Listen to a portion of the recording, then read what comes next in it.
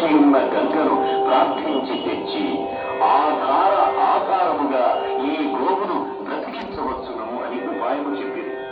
అంతగా గౌతమ ముని శివుణ్ణి పరమభక్తితో ప్రార్థించ పరమశుడైన శివుడు శిరముంచి గౌతమ మునిని ఆశీర్వదించ గంగను ఇలకు పంపించెను. గంగ పరమభక్తితో గౌతమ మునిని అనుసరించి వచ్చి గోవుని బ్రతికించెను.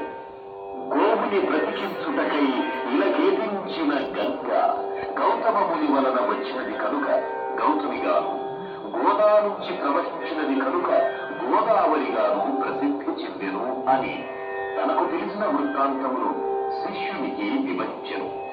పవిత్రమైన కార్యాచరణకు వచ్చినది కనుకనే గోదావరి తల్లి పవిత్రమైనది.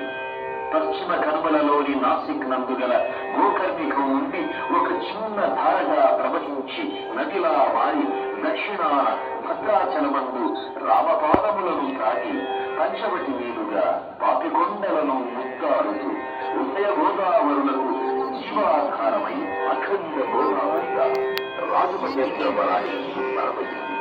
ఈ సప్త గోదావరికి